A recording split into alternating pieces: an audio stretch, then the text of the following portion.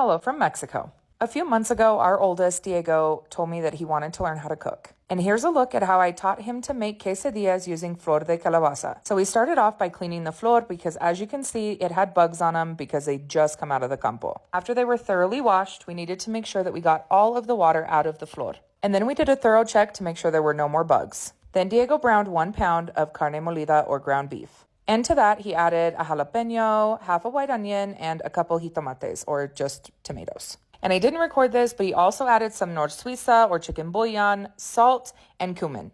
Now, there are a lot of different ways that you can make these. So this is just a variation that I learned living here. After all of those ingredients were incorporated, he added his flor de calabaza or squash blossoms. And then he just mixed all of that in so that the squash blossoms could start to absorb the flavor and cook together with the meat and vegetables. And this is what it looks like when it starts to reduce. And next you'll see him add 1 to 2 hojas de laurel or bay leaves. So teaching Diego how to cook has been a little bittersweet for me. One, I can't believe that our firstborn is almost 15. But because he's almost 15, he's almost ready to go off to college, because he'll be graduating high school a year early. Also, he made sure to taste test all of this and add more salt if needed. And so one of the reasons that he wants to learn to cook is so that he can cook for himself when he goes off to college. So like I said, this teaching him to cook has been pretty bittersweet.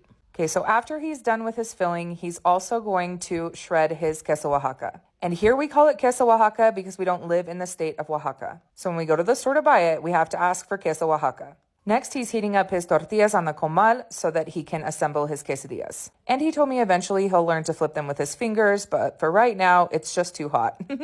Which I understand because it did take me a minute too to get to flipping tortillas with my fingers. After the tortilla is pliable, he's going to add his queso Oaxaca, some of the filling, and then close the tortilla and melt the cheese. And that's it.